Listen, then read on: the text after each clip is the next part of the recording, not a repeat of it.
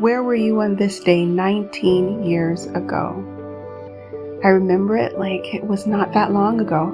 I was a physical therapy student, completing one of my affiliations in order to complete the requirements for the program, working at a hospital in Maryville, Indiana.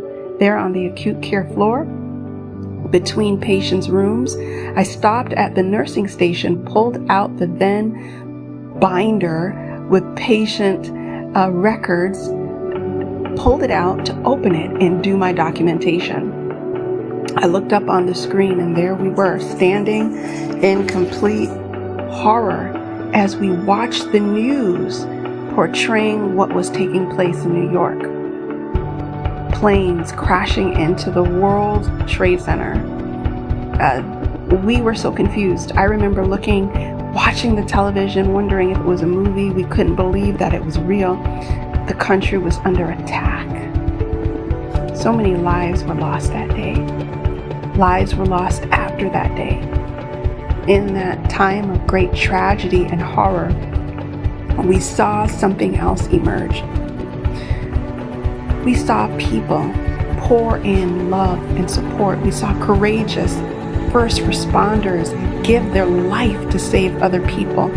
We saw more courageous people pour in support to the city to help rebuild and to help those families that had suffered great loss.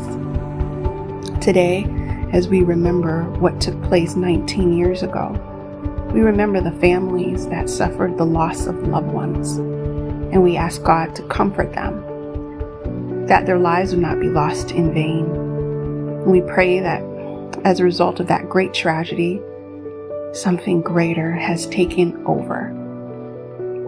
Now, as we stand in the midst of yet another great calamity in this country, as we try to navigate COVID-19 and all of its impact on us, economic crisis, civil unrest, racial tensions. Let us remember that the difficulties that we face, the adversities and the tragedies, we don't have to stay in it and let it define us and tear us apart, tear us down. But with God's grace, with His help, with His strength, as we lean and trust in Him, He can allow us to rise up out of great tragedy into triumph. May God give you peace today as we remember what happened 19 years ago.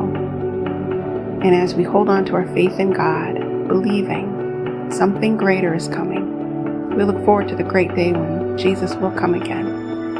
And there will be no more death or sorrow, no more crying, no more tears, no more pain. For the former things will pass away and all things will be new.